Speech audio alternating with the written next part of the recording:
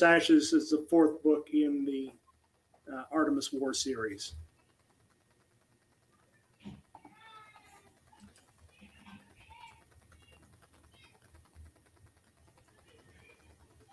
Okay, but the Cassidy Chronicles are different than the Artemis War series. Yep. Okay. You can just ask me. it gets confusing. I have to have printouts for people.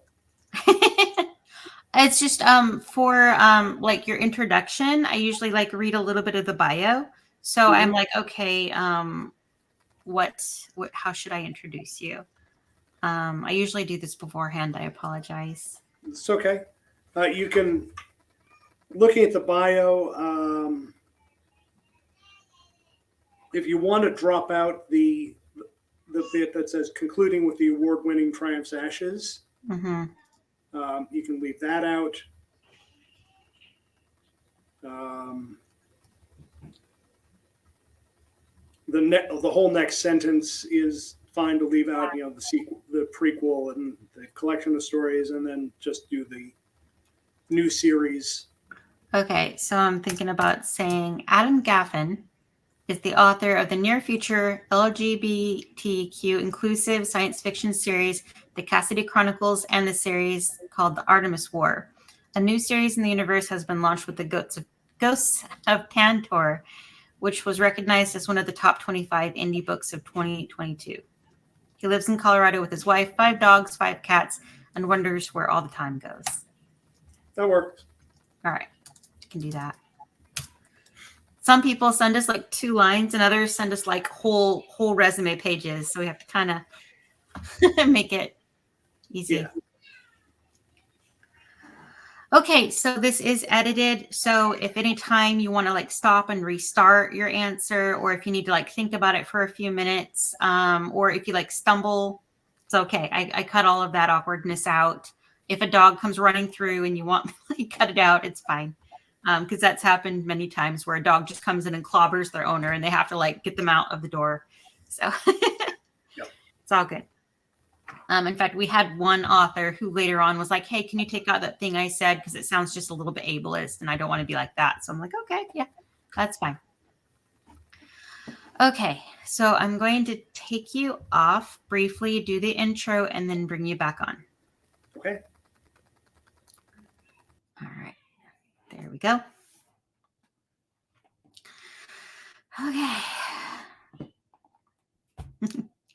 Hello and welcome to the Tell 'em Not Show. My co-host Julia, author, editor, and author coach, can't join us tonight, but I am Kiersha Fox, author of Son of Deception and The White Leaf Child. I am a homeschooling mom to 4, reader, and gamer. And tonight, I am really excited to introduce Adam Gaffen. He's the author of the near future LGBTQ inclusive science fiction series, The Cassidy Chronicles, and the series called The Artemis War. A new series in the universe has been launched with the Ghosts of Tantor, which was recognized as one of the top 25 indie books of 2022. He lives in Colorado with his wife, 5 dogs, 5 cats, and wonders where all the time goes. All right, welcome. Hi, great to be here. Great. So let's get started. Can you tell me a little bit about your writing journey? What got you writing and why? So I think every writer starts as a reader, and not just a casual reader, but one of those kids who hides under the blankets with a flashlight, reading a book late into the evening. Who doesn't want to go out for recess because they're in the middle of something. That's how I think every author starts, and that was me. And it was, I don't know, sometime between high school and college, I started thinking, yeah, okay, I see why they did this in this book, but what if they did that? And you start wondering, what if they went down this different path? How would that have changed the story? What kind of, gee, I really liked that character. What happened to them? They just kind of disappeared. So you start thinking about all those other things, and you start creating those stories, and then you start putting them on paper. You know, Mhm. when I started, it was really putting it on paper. The first thing I wrote, which still exists in a form that people can get today, I started in 1992. So I was doing That was that on quite a a while typewriter. Yeah. ago. Hmm. Yeah, I also started out on like my dad's old typewriter, so that was a lot of fun. I get you. And then also I know Julia also used to write out her books long form on a notepad. So I think when it's truly inside you, when those stories are just begging to come out, it doesn't matter if you have a typewriter or a computer or just notepad or note napkins, like you have to write it down. Hmm. Awesome. All right. Absolutely. So what genres do you write? So I primarily write hope punk science fiction, Mm-hmm. and I'm branching out into romantic fantasy with a new series that's coming out next year, Mm-hmm. 2024. All right. What draws you to those genres in particular? So hope punk, hope punk drew me to it because it's so hope punk looks at the future with just a little bit of optimism, right? It's not saying everything is perfect. Those Pollyanna and rose-colored glasses futures. Look, people are gonna people. So there's always going to be a dark side to the future. But what Hope Punk does is it says no matter how dark things get, no matter how bad things get, people should keep trying to make it better, and not just for themselves. Because that's dystopian. Mhm. Okay, that's your dystopian sci-fi. That's your grimdark sci-fi, where the main character is just trying to make it good enough for them to get through their miserable life. Hope Punk says, okay, you make it better for yourself, but you also make it better for the people around you. Mhm. And that kind of grounded in reality, but still optimistic view of the future really appeals to me. Robert Heinlein, one of my favorite authors, has a quote which is I'm gonna paraphrase it just a little bit. Sure. A pessimist is right more often than an optimist, but an optimist has more fun. So I like that. Yeah, so it sounds sort of like it's the opposite of dystopian then. absolutely, it's only been around for 6 or 7 years as an official genre, as a named genre, and it was created in response to dystopian and grimdark science fiction. Just there was Yes. so much of it out there. There still is. Yeah. Well, with the rise of Divergent and like the Mockingjay series, yeah, like it was the thing for a while, and it's still we're still getting a lot of those echoes from it as well. Um, and part of that is in response to just current events in our society. I think we're taking a hard look at it ourselves, but you're right. Sometimes we have to like remember that oftentimes the good guys do win, and that like big change is possible. Absolutely. I mean, all right. So one of the very common tropes in science fiction is time travel, right? Hmm. And they're always worried. You watch the movies and you read the books, and the characters are always worried about doing something in the past, which is going to change the future, right? Yes. Because little changes in the past make a big impact in the future, the butterfly effect. Yes. Well, guess what? We, right now, are somebody's future. So the little changes that we can make now are Hmm. going to have a huge impact 100 years from now. Yes. One of my all-time favorite shows, Doctor Who, they said something very similar. One of the Doctor's companions they're in the past, and she's like, "Well, aren't we going to change something in the future?" And he says, "Yes, in the same way that you change your present every single day just by living." You know, Yep. yeah, Yes. that's a really good perspective to have. Yeah, I've been watching Doctor Who since I was, that tall. And he's made some really good shows. He doesn't know science fiction, and he sure doesn't know Doctor Who, not the way Russell Davies and Stephen Moffat do. Yeah, I feel like to work on Doctor Who, you should be a fan of the show. You should love this show, and you should know it inside and out. And and that's what Capaldi and Tennant and a lot of them brought to the character. They knew those episodes. They grew up with them. They were part of the fan club. This was a dream of theirs. Yeah. Anyway, but we digress. We do. All right. So what does your writing process look like? How do you go from just idea to finished draft? So I am, I generally have an idea where I want to end up with a story, but I am perfectly willing to ditch it if the characters tell me that, no, that's not how it happened. My stories end up very, very character driven. It's all about them and the changes that they go through as they run through one situation after another. And so, the latest novel I put out, which was The Ghost of Tantor, I had this idea it was going to be this kind of, it was still going to be hope punk, but it was going to have a little bit of a psychological thriller edge to it because it's a deep space mission and they're isolated and alone. I want to get into the psychological pressures of it. And then they happen to stumble, and then as I'm writing it, I'm like, okay, I need to ratchet up the tension a little bit. How can I do that? All right, I'll throw a rogue planet at them, a frozen planet in the middle of interstellar space and see what they do. And it completely went sideways from there. And now it's turned to aliens and time travel. And, I'm enjoying it. It's not going to end where I thought it was going to end, but it's a lot of fun getting there. Okay.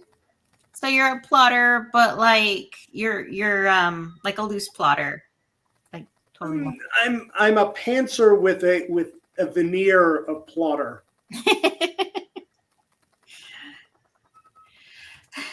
Okay, that works.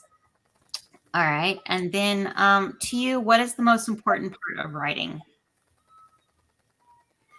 You got to be true to the characters. When you try to make a character do something that isn't in their wheelhouse, that's when you end up with a scene that is stilted and awkward and just clunky and doesn't work. The characters have to believe in the situation that they're in, and they have to believe in the solution they come up with. Otherwise, it's going to show up in your writing. And no amount of editing is going to clean that up without going back and changing the response to the situation to what they would actually have done. So you've got to know your characters. You've got to, they live inside your head anyways. You have to listen to them. Yes. There's a lot of spacing out and just that, what would they do? Actually, one of the people that we interviewed, Catherine Sweet, she said that when she's making new characters, she tries to picture what would they do after a car wreck. And that's how she starts. And she tries to imagine how they would respond to this crisis. And that she says that tells her more about them than anything else she needs to know. Is how do they react in a crisis? Who do they go to? Who do they call? I really liked that. So sometimes I think about that when I'm writing. But that sounds similar to what you're saying is get to the root of your character. And then after that, the plot just sort of drives itself because they're driving it. Absolutely. And that's when you end up with some of the most interesting characters. I had one character, Daniela Garcia. I introduced her in the first book in the Artemis War series as a one-line throwaway. I came up with a clever nickname for her, so I had to come up with a backstory for it, and that was it. That was all she was ever supposed to be. The second book, it turns out that the skill she had to have to get that nickname was crucial for something that was happening in that book. And so she took on a greater and greater importance. And so by the fourth book in that series, she is a major player, and she's actually one of the 3 figures on the cover. So I do that, right? Yeah, and Nicole Crozier, who's another, she makes her first appearance in the first book of the Artemis War. She's a very minor staffer for the Ministry of War for the Artemis colony, and she has pretty much one scene where she goes back and forth, and then things happened, and I had to bring her back for a second scene, and all of a sudden, she's in all 4 of those books. Plus, she's the main character in The Ghosts of Tantor, and of course, its sequel, which I'm writing now. Wow. Yeah. So again, these characters have stories to tell, which you got to listen to them, because a lot of times they're more interesting than the ones that we're planning out. Well, I don't know if you've experienced this, but in my case personally, when I try to make the character do something that they don't want to do, they stop talking to me. Like, I'm like listening, like, okay, what do you do? And they're just like, mm-mm, mm. And I have to like backtrack and figure out where the mistake is. And the minute I fix that mistake, they're like, okay, now that that's done with, let's tell you what goes on. Like they will not talk to me until I figured out what I did. Yep. Yeah, I'm totally with you on that. Mm-hmm. It's the only form of writer's block I get is when the characters stop talking because they are mad at me. All right. What would you feel is a pitfall that other authors might fall into when they write? What might they accidentally neglect?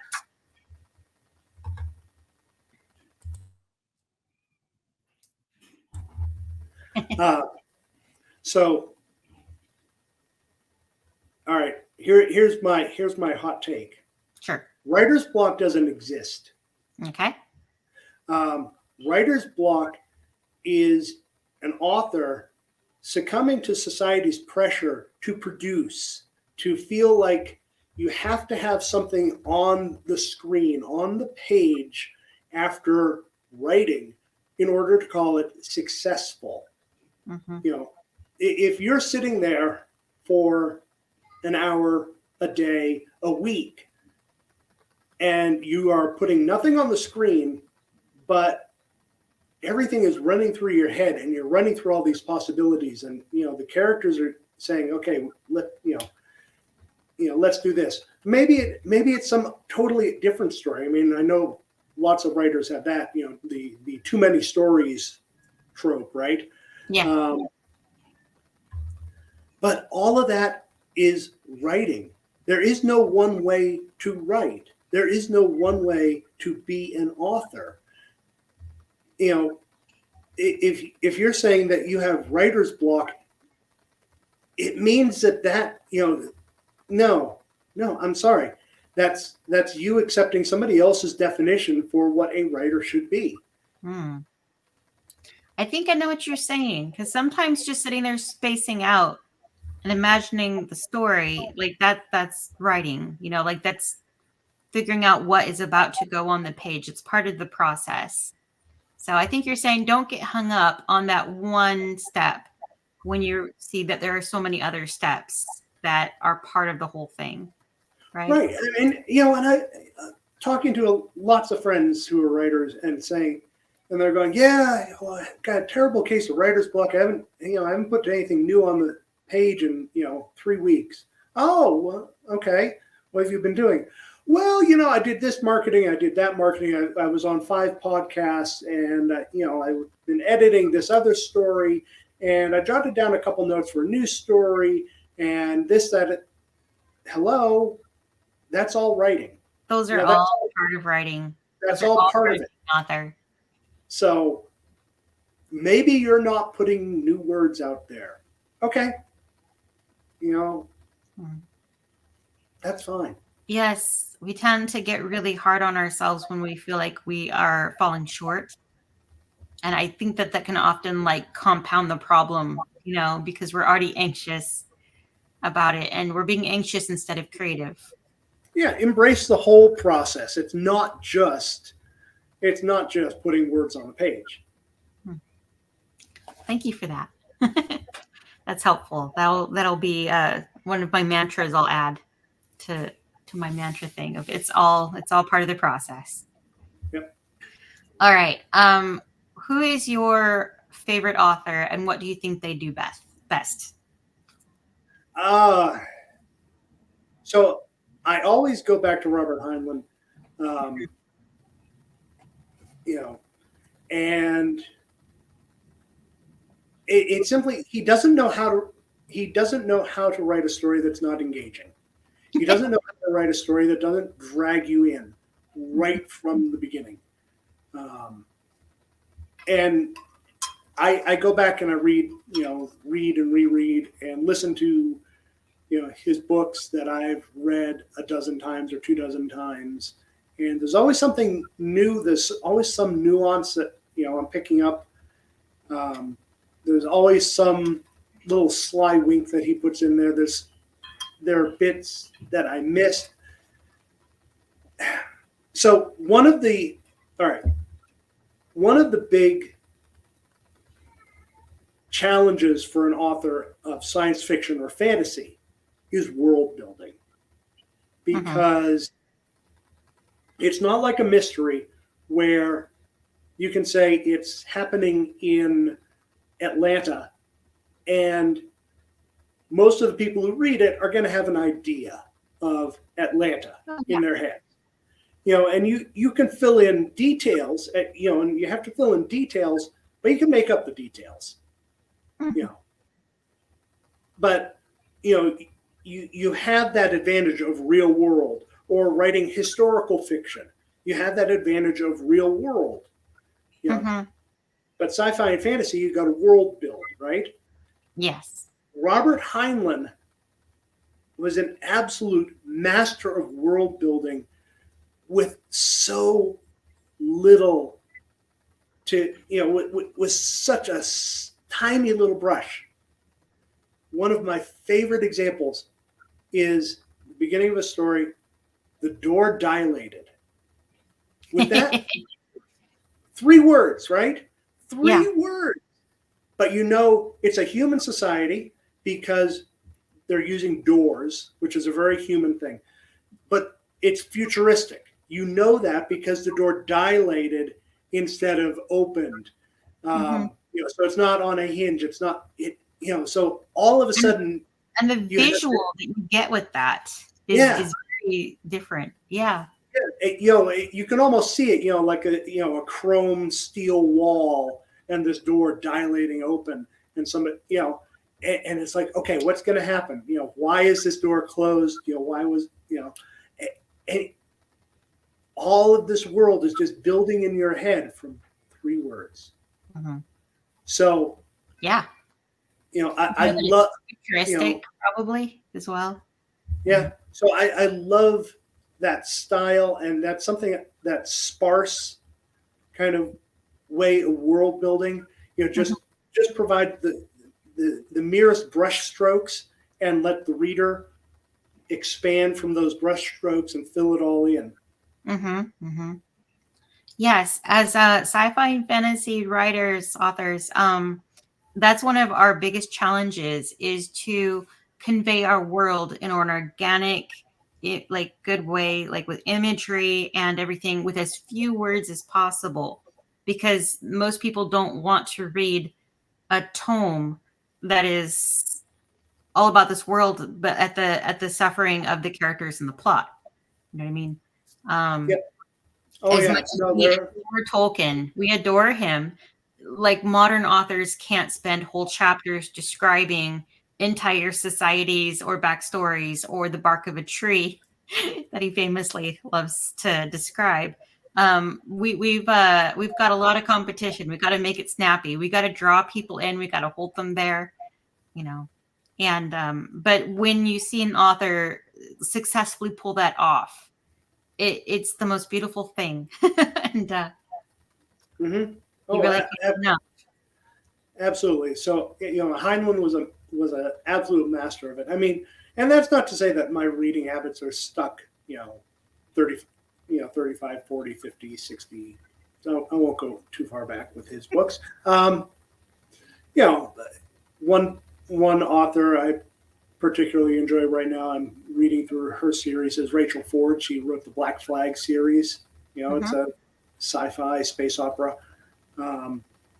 Light, fun read. I'm 2 books away from finishing that series and moving on to her next series. Kim Harrison and her urban fantasy books. So I don't limit myself. It's hard for me to, beyond Heinlein, Douglas Adams. Oh yeah, for sure. Yeah, I remember listening to the original BBC radio productions of Hitchhiker's Guide to the Galaxy, and that got me hooked then, and it hasn't stopped. And then there are singular books by authors who, I might not like any of their other stuff, but I love one book. So it's funny how that is. There's some authors that you read them and you immediately go buy everything they've ever written and you love it all. And then there's others that just like that one shining book. Okay, awesome. Okay, so what have you learned from the writing process? Okay, 2 huge lessons. First is don't stop writing. I made that mistake. I started the Cassidy Chronicles with a plan. It was going to be 4 novellas, and I had it all laid out in my head. And boom, ba, bum, ba, bum. I got the first one out, got the second one out, started working on the third one. Got about 6,000 or 7,000 words into it, stopped writing, didn't really add much to it. I mean, I added probably another 6,000 or 7,000 words to it over the next 7 years. By the time I came back to it, I had forgotten where I was going.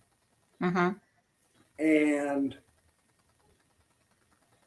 had to come up with a completely new ending for this book, which ended up completely blowing up my plans to have, the 4 novellas.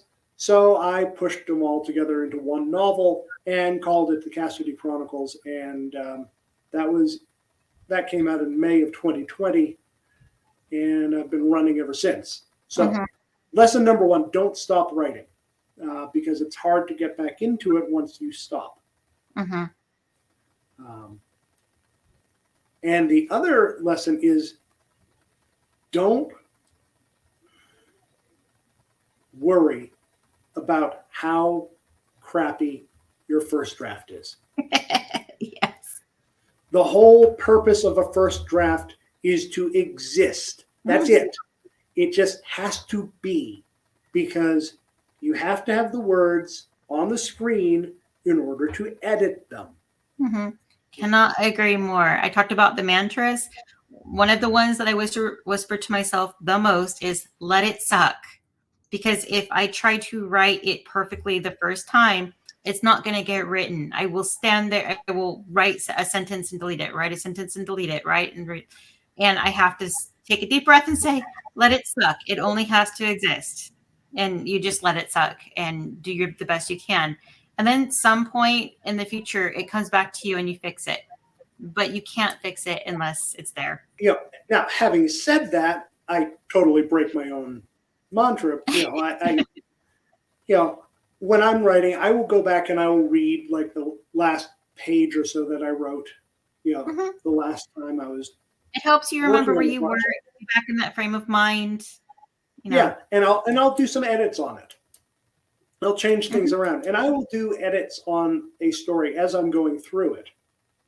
Because being a pantser, it's like, oh, I need to have this happen. I need to establish that this thing can happen. Okay, I need to establish this 8 chapters ago. So I'll go back and I'll add, 5 or 6 paragraphs in 8 chapters earlier.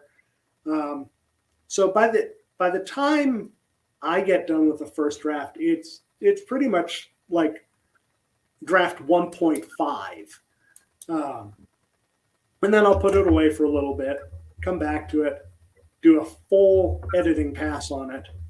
At which point, okay, after that second, because I'm also a freelance editor, I do some editing for other people.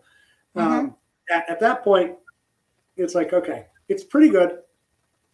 My ultimate test of any book is I will read a chapter a night to my wife, and she'll listen to it, and she'll say, okay, she'll pick out the little details that I've missed, and she'll say, that didn't make any sense, or that was really good, or, when she gets done with it, when I get done reading it to her, that is essentially my, final edit. Because at that point, all right, she's got it. Yeah. That's wonderful that you have such a supportive spouse who is there to help you out, who likes your stories, who, Yeah. Well, and she's getting into writing as well. Her first book, and she wrote a chapter in it. Her first book just went #1 new release in its category on Amazon. That's amazing. Congrats to her. We should have her on the show. I'll let her know. Yeah, we'd be excited to talk to her. Okay. What is your favorite part of writing? My favorite part of writing is getting the reactions from the readers. Yes. When they come back to me and say, what? Yes, that's a good response to get. I live in a very small town, and there's one woman here in town who picked up, I go down to the farmer's market during the summertime, and I have a tent there, and I sell my books. There isn't a bookstore in town. The closest bookstore is 90 miles away. Oh, that's tough. So people want a new book. Okay, there you go. Try one of mine. So this one woman had come down and she had gotten one of my books, and she was like, ooh. So she came down before the end, at the beginning of this summer, and got most of the rest of my books. And then over the summer read those. And then at the end of the summer, I saw her again, and she was like, I got to have more. What do you got? What do you got? I'll take any. What do you got? So she was like, so she's loaded up on everything that I had. And seeing somebody that excited, that's wonderful. But I still love the what? Yes. Can you hear David Tennant's 10th Yes. Doctor going, what? He does it perfectly. Yeah, just that pure gobsmack. Just what just happened? Yep. Yeah. Yeah, it's those readers who come back and want the next thing, who ask us when is the next thing ready. Like, I feel like we're actually doing this thing for them. It's such a joy to share our stories. Yeah, and I end up very frequently, I'll end up putting my fans into the books. Every so often I'll put out a casting call, as it were. It's like, okay, who wants their name in a book? Take down all the names that I'm given, and over the next several books, they make their way in. Yeah, their names, sometimes like small aspects of them that they wouldn't know came from them, but they did anyhow. Yeah. All right. Yeah. Oh, I try to separate. I try to separate their reality from the written reality. Of course. but I want them to be happy that they're in a book, without anybody necessarily thinking that, oh, that's them. Yes. You don't want it to be recognizably anyone for certain. Yeah. But I have had certain characters that I named in honor of a person, not necessarily their actual name, but like something about them is like maybe an inside joke or something. Anyway, but like then they get kind of sad when the character dies. So I wouldn't recommend it as a practice to let them know that a character was inspired by them. But anyway. So that's your favorite part of writing. What is your least favorite part of writing? I would say probably and again, taking writing as a whole, as an indie author, there's more to it than just putting words on a page. My least favorite, I'm not even going to say like the whole formatting thing, because that's a challenge. Okay, making it look good. That's a challenge I can get behind. Marketing. Yes. And it's not even the actual marketing, because I mean I can make stuff on Canva, like the background I have, I made on Canva. I enjoy doing that kind of stuff. It's the time it takes to do it. Mm-hmm. I'm a homeschooling mom to 4. That should be enough. I'm also trying to write. So any time that I spend marketing is time away from writing. And it's just so frustrating sometimes. Yeah. I mean, sitting there on Twitter or Instagram or Facebook or, going through Amazon advertising and setting up ads and, doing posts, and I could be doing other things. Yes. Much more fun things than sometimes it feels like you're begging people, please just read my book. It's really good, I promise. Some days it feels like you can't give away your book for free, like. All right. What would you say has been your most significant writing victory so far? Being able to keep doing it. It's and because that brings everything else. That brings the interactions with the fans and getting to talk to people at conventions and at little events. That brings the getting stories out of my head, which lets me sleep at night. That brings everything else. But being able to keep doing it, having it just on the okay, I'm making just enough doing it that I don't have to, do something else that's going to eat into the writing time. That's a good answer. Just the joy of doing it. Yeah. All right. Is there any writing advice that you were given or you've heard that just like you hate? You do not agree with it whatsoever. It did not apply to you. You would never tell that to someone else. I'm kind of, I am, there are 2 pieces of advice which I am leaning towards rejecting utterly, but haven't completely done it yet. One is the right to market. Write what's hot. If we're all writing what's hot, then what's going to be out there is going to be all the same. Until somebody who's not writing to market writes something, puts it out there, and says, hey, look, here's something different. And everyone's like, look, it's something different. That's amazing. Yeah. I've also heard And pointed out that if you write to market, by the time your book comes out, that fad may have already passed. exactly. Like- And it kind of ties into the whole, you got to write a lot and you got to write it quickly. You got to get it out there and, just throw it out there as fast as you possibly can. The fantasy trilogy, which I'm releasing next year, the fantasy trilogy I'm releasing in 2024, it is going to be rapid release. It's going to come out, February 1st, March 1st, April 1st.